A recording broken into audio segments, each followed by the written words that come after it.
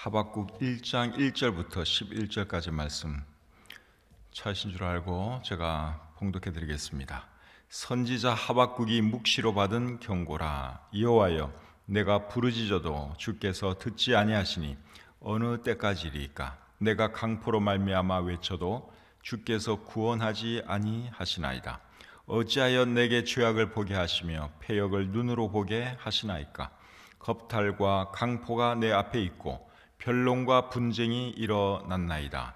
이러므로 율법이 해이하고 정의가 전혀 시행되지 못하오니 이는 악인이 의인을 애워쌌으므로 정의가 굽게 행하여 짐이니이다.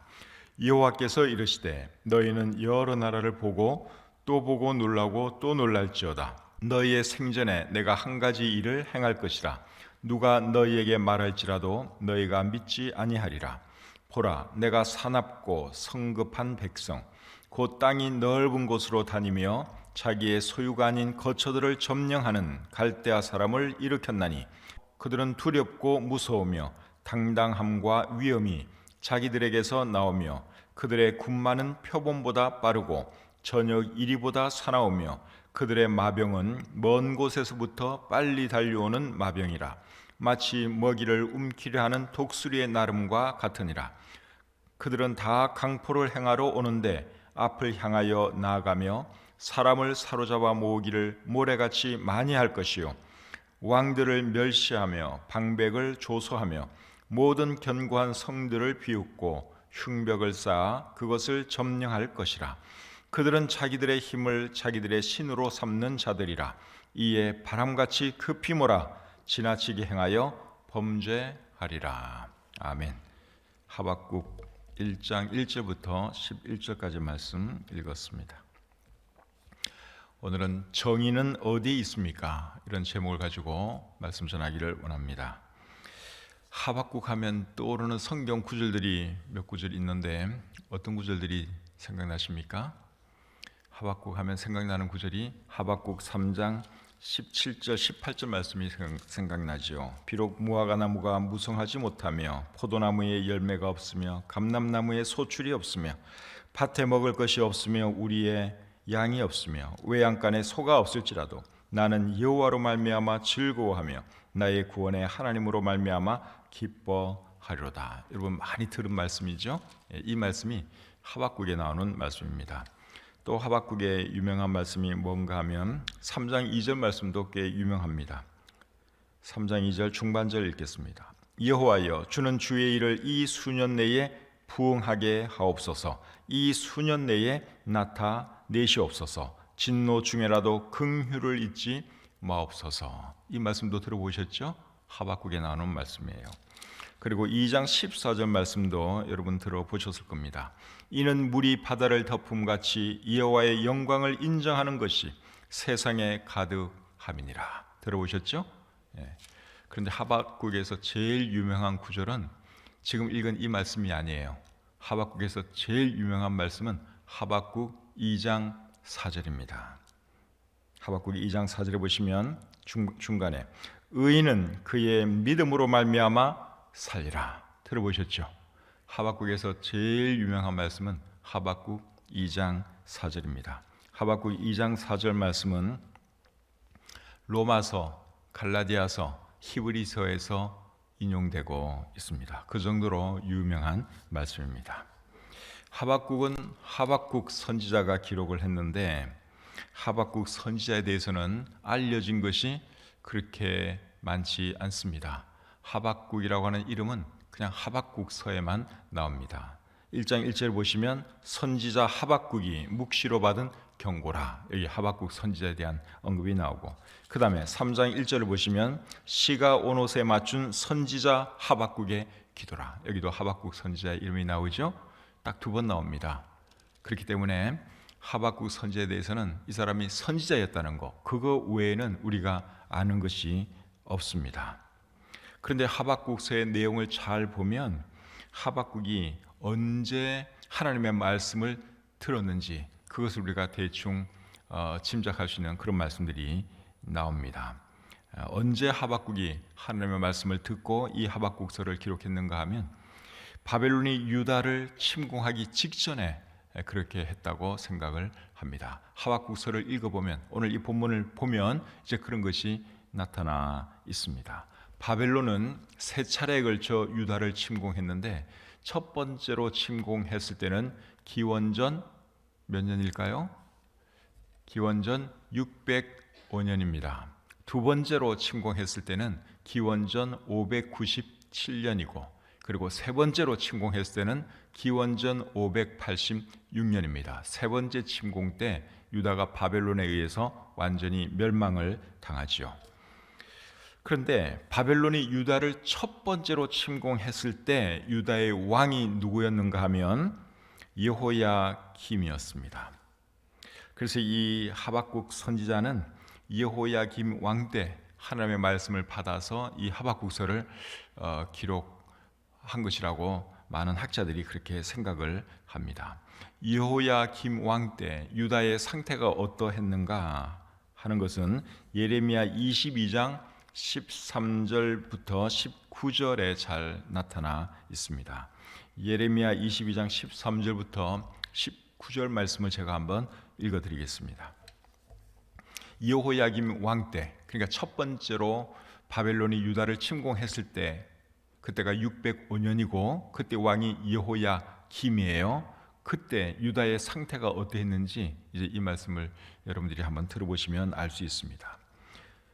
예레미야 22장 13절부터 불의로 그 집을 세우며 부정하게 그 다락방을 지으며 자기의 이웃을 고용하고 그의 품삯을 주지 아니하는 자에게 화 있을진저 그가 이르기를, 여기 그가 여호야김 왕이에요. 그가 이르기를 내가 나를 위하여 큰 집과 넓은 다락방을 지으리라 하고 자기를 위하여 창문을 만들고 그것에 백향목으로 입히고 붉은 빛으로 칠하도다.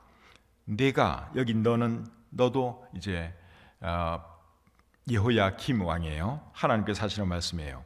네가 백향목을 많이 사용하여 왕이 될 수 있겠느냐?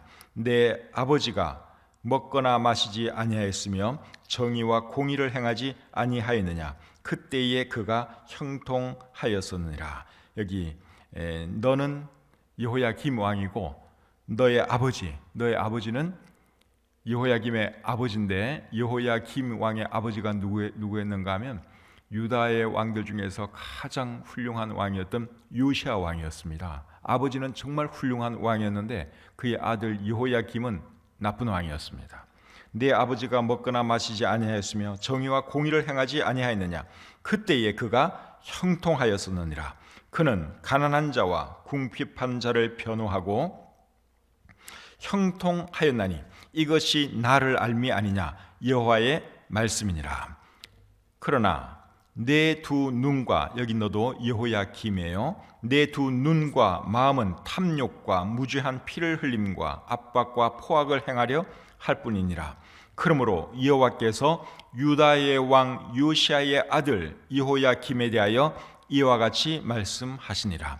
무리가 그를 위하여 슬프다 내 형제여, 슬프다 내 자매여 하며 통곡하지 아니할 것이며 그를 위하여 슬프다 주여 슬프다 그 영광이여 하며 통곡하지도 아니할 것이라. 그가 끌려 예루살렘 문 밖에 던져지고 나귀같이 매장함을 당하리라. 자, 여기 보시면 여호야김 왕에 대한 말씀인데 17절 말씀이 이 사람에 대해서 잘 설명을 하고 있습니다. 내 두 눈과 마음은 탐욕과 무죄한 피를 흘림과 압박과 포악을 행하려 할 뿐이니라. 그러니까 여호야김이 이렇게 나쁜 사람이었습니다. 이렇게 나쁜 사람이 통치를 하니 그 나라가 어떻게 됐겠어요? 왕부터 그러니 밑에 신하들 말할 것도 없고 국민들도 다 부패하고 썩었고 타락한 그러한 삶을 살았습니다. 자, 이제 오늘 본문 내용을 보면서 하나님께서 우리에게 주시는 교훈이 무엇인지 생각해 보도록 하겠습니다. 2절부터 4절 말씀 다시 읽겠습니다. 여호와여, 내가 부르짖어도 주께서 듣지 아니하시니 어느 때까지리까? 내가 강포로 말미암아 외쳐도 주께서 구원하지 아니하시나이다. 어찌하여 내게 죄악을 보게 하시며 패역을 눈으로 보게 하시나이까? 겁탈과 강포가 내 앞에 있고 변론과 분쟁이 일어났나이다. 이러므로 율법이 해이하고 정의가 전혀 시행되지 못하오니 이는 악인이 의인을 애워쌌으므로 정의가 굳게 행하여짐이니이다. 자, 여기 보면 하박국 선지자가 하나님께 하는 말씀이 기록되어 있습니다. 표준 세번역 성경으로 제가 다시 한번 읽어드릴 테니까 잘 들어보시기를 바랍니다. 살려달라고 부르짖어도 듣지 않으시고 폭력이다 하고 외쳐도 구해주지 않으시니 주님 언제까지 그러실 겁니까? 어찌하여 나로 불의를 보게 하십니까? 어찌하여 악을 그대로 보기만 하십니까? 약탈과 폭력이 제 앞에서 벌어지고 다툼과 시비가 그칠 사이가 없습니다. 율법이 해이하고 공의가 아주 시행되지 못합니다. 악인이 의인을 협박하니 공의가 왜곡되고 말았습니다. 뭐라 그러는 거예요? 하나님, 왜 내가 하나님께 기도를 해도 하나님 들어주시지 않습니까? 왜 이 나라가 이 모양 이 꼴이 되고 말았습니까? 왜 정의와 공의는 다 사라지고 악한 자들만 득세하는 그런 세상이 되었습니까? 하나님, 말씀 좀 해주십시오. 그것이 하박국이 하나님에게 지금 하고 있는 말입니다. 우리도 이런 말, 이와 비슷한 말 하나님께 할 때가 있죠. 하나님, 내가 하나님께 기도하는데 왜 하나님은 내 기도를 들어주시지 않습니까? 악인은 잘 되는 것 같은데 왜 의인들은 이렇게 힘들게 살아야 합니까? 정의와 공의가 사라지고 있는데 하나님, 도대체 이것이 어찌된 일입니까? 왜 우리가 기도를 하는데도 하나님은 왜 잠자코 아무 말씀도 안 하고 계십니까? 우리도 이런 비슷한 말 할 때가 많이 있죠. 코로나가 지금 이렇게 우리를 위협하고 있는데 국민들의 생활이 이렇게 힘들고 예배도 제대로 못 드리는데 하나님 왜 코로나 좀 빨리 사라지게 안 해주십니까? 이런 기도, 이런 말 우리가 하나님께 지금 하고 있죠. 이런 하박국의 질문에 하나님께서 뭐라고 대답을 하시는지 5절부터 10절까지 말씀 읽어드리겠습니다. 여호와께서 이르시되 너희는 여러 나라를 보고 또 보고 놀라고 또 놀랄지어다. 너희의 생전에 내가 한 가지 일을 행할 것이라. 누가 너희에게 말할지라도 너희가 믿지 아니하리라. 보라, 내가 사납고 성급한 백성 곧 땅이 넓은 곳으로 다니며 자기의 소유가 아닌 거처들을 점령하는 갈대아 사람을 일으켰나니 그들은 두렵고 무서우며 당당함과 위엄이 자기들에게서 나오며 그들의 군마는 표범보다 빠르고 저녁 이리보다 사나우며 그들의 마병은 먼 곳에서부터 빨리 달려오는 마병이라. 마치 먹이를 움키려 하는 독수리의 나름과 같으니라. 그들은 다 강포를 행하러 오는데 앞을 향하여 나아가며 사람을 사로잡아 모으기를 모래같이 많이 할 것이요 왕들을 멸시하며 방백을 조소하며 모든 견고한 성들을 비웃고 흉벽을 쌓아 그것을 점령할 것이라. 자, 하나님께서 하박국의 그 질문에 뭐라고 대답을 하셨는가 하면 갈대아 사람을 일으켜서 범죄하는 너희 백성을 칠 것이다. 하나님이 그렇게 말씀을 하셨습니다. 6절에 보시면 갈대아 사람이라는 표현이 나오는데 여기 갈대아 사람이 바벨론을 말하는 것입니다. 바벨론을 일으켜서 내가 너희 나라뿐 아니라 모든 나라들을 다 쓸어버리겠다. 하나님께서 그렇게 말씀을 하셨습니다. 5절부터 10절까지 말씀을 표준 세번역으로 제가 또 읽어드릴 테니까 다시 한번 잘 들어보십시오. 너희는 민족들을 눈여겨보아라. 놀라고 질겁할 일이 벌어질 것이다. 너희가 살아있는 동안에 내가 그 일을 벌이겠다. 너희가 듣고도 도저히 믿지 못할 일을 벌이겠다. 이제 내가 바빌로니아 사람을 일으키겠다. 그들은 사납고 성급한 민족이어서 천하를 주름잡고 돌아다니며 남들이 사는 곳을 제 것처럼 차지할 것이다.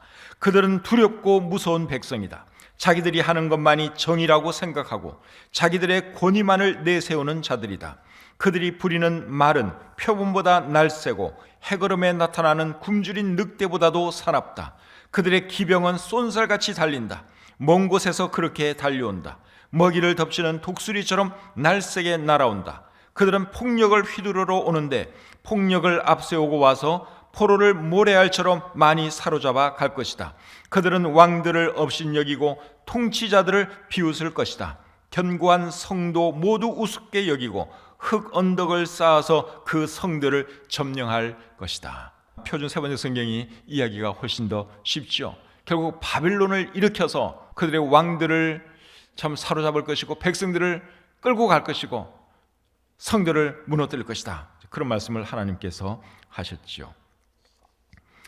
7절에 보시면 본문 7절에 보시면 그들은 두렵고 무서우며 당당함과 위엄이 자기들에게서 나오며 그렇게 이제 이 바벨론 사람들에 대해서 설명을 하고 있습니다.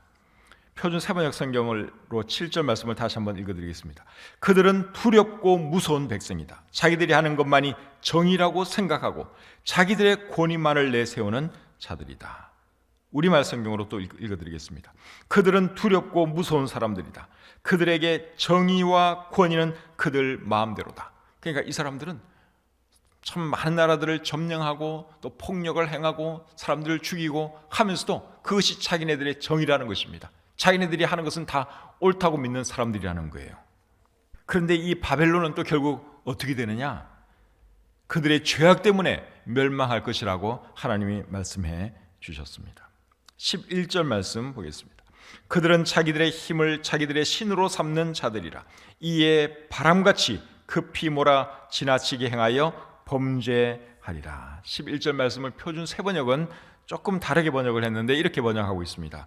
그러나 제 힘이 곧 하나님이라고 여기는 이 죄인들도 마침내 바람처럼 사라져서 없어질 것이다. 바벨론이 유다뿐만 아니라 수많은 나라들을 점령하고 세상을 통치하게 되겠지만 그들이 하나님께서 하라고 한 그 이상의 죄를 범하기 때문에 결국 그들도 역사에서 사라지게 될 것이다. 그들도 멸망하게 될 것이다. 하나님이 그렇게 말씀을 하셨습니다. 그래서 이 바벨론이 참 아주 폭력적이고 잔인한 그런 일들을 많은 나라에게 많이 행하게 되죠. 유다의 마지막 왕이 시드기야 왕이었는데 이 시드기야에 대해서 바벨론 사람들이 어떻게 합니까? 시드기야 왕이 보는 앞에서 자식들을 다 죽이고 그리고 시드기야의 두 눈을 뽑아버립니다. 그리고 쇠사슬에 묶어서 바벨론으로 끌고 갔지요. 이 정도로 이 바벨론 사람들이 독하고 악하고 잔인하고 무서운 사람들이에요. 그런데 여러분, 하박국이 하나님께로부터 듣고 싶었던 대답은 이런 대답이 아닙니다. 그렇죠? 이런 대답 들으려고 하박국이 하나님 왜 이렇게 죄악이 관영하도록 내버려 두십니까? 그런 그 질문을 했을 때는 방금 하나님이 말씀해 주신 그 대답을 듣고 싶어서 한 것이 아니라 하박국이 듣고 싶었던 대답은 어떤 대답이었을까요? 너희의 악한 왕을 내가 벌하겠다. 너희 나라의 영적인 부흥을 다시 내가 허락해 주겠다. 뭐 이런 대답을 기대했습니다. 그런데 그는 하나님께로부터 전혀 예상치 못한 자기 나라의 멸망에 대해서 듣게 된 것입니다. 하박국서를 묵상하면서 어떤 생각이 들었는가 하면 하나님께서 우리나라에도 이렇게 하시면 어떻게 하나 하는 생각이 들었습니다. 지금 우리나라를 보면 하나님의 뜻으로부터 점점 멀어지고 있는 것 같습니다. 정의와 공의는 점점 사라지는 것 같고 죄는 점점 더 많아지고 있는 것 같습니다. 이렇게 계속 가다 보면 하나님께서 북한을 사용해서 우리나라를 힘들게 하면 어떻게 하나 이런 생각이 들고 지금 우리가 누리고 있는 신앙의 자유를 하나님께서 빼앗아 가버리면 어떻게 하나 하나님께서 사랑하는 유다도 그렇게 벌하셨는데 하나님께서 우리나라를 치시면 어떻게 하나 하는 이런 두려운 마음이 제 마음속에 있습니다. 이런 상황에서 여러분 우리가 어떻게 해야 할까요? 하나님께 기도해야겠죠.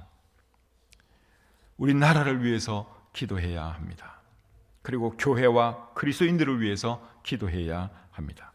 정치 지도자들이 하나님을 두려워하고 국민들을 존중하는 정치를 하게 해달라고 우리가 기도해야 하고 북한의 공산주의자들이 우리나라를 넘보지 않게 해달라고 기도해야 할 줄 믿습니다.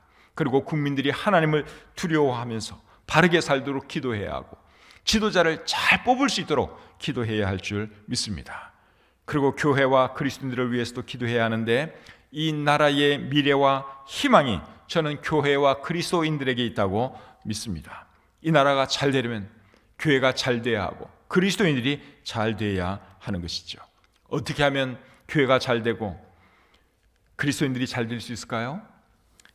예배 잘 드려야 하고 전도 생활 잘 해야 합니다. 지금은 코로나 때문에 예배 드리기도 힘들고 전도하기도 힘들지만 그래도 안 할 수 없습니다. 코로나 상황이긴 하지만 그래도 우리가 예배 생활 잘해야 하고 전도 꾸준히 해야 하는 것이죠. 그래서 예배와 전도의 회복을 위해서 우리가 기도해야 하는 것이죠. 교회마다 영적인 회복이 일어날 수 있도록, 부흥이 일어날 수 있도록 우리가 기도해야 할 것입니다. 하박국 선지자도 부흥을 위해서 기도했잖아요. 하박국 3장 2절에 보면 여호와여 주는 주의 일을 이 수년 내에 부흥하게 하옵소서. 이 수년 내에 나타내시옵소서. 진노 중에라도 긍휼을 잊지 마옵소서. 부흥을 위해서 기도한 것처럼 이 땅의 부흥을 위해서, 교회들의 부흥을 위해서 우리가 기도해야 할 줄 믿습니다. 그리고 그리스도인 한 사람 한 사람이 하나님 앞에서 바르게 살고 성령 충만한 삶을 살아갈 수 있도록 우리가 기도해야 할 줄 믿습니다. 우리나라의 미래는 하나님 손에 달려 있습니다. 우리가 어떻게 생활하느냐, 이 나라, 이 민족이 어떻게 하나님 앞에서 살아가느냐, 거기에 따라서 이 나라가 잘 될 수도 있고 못 될 수도 있고 그렇습니다. 이 말씀을 읽으면서 참 이런 일이 우리나라에는 일어나면 안 될 텐데 하는 생각이 들었습니다.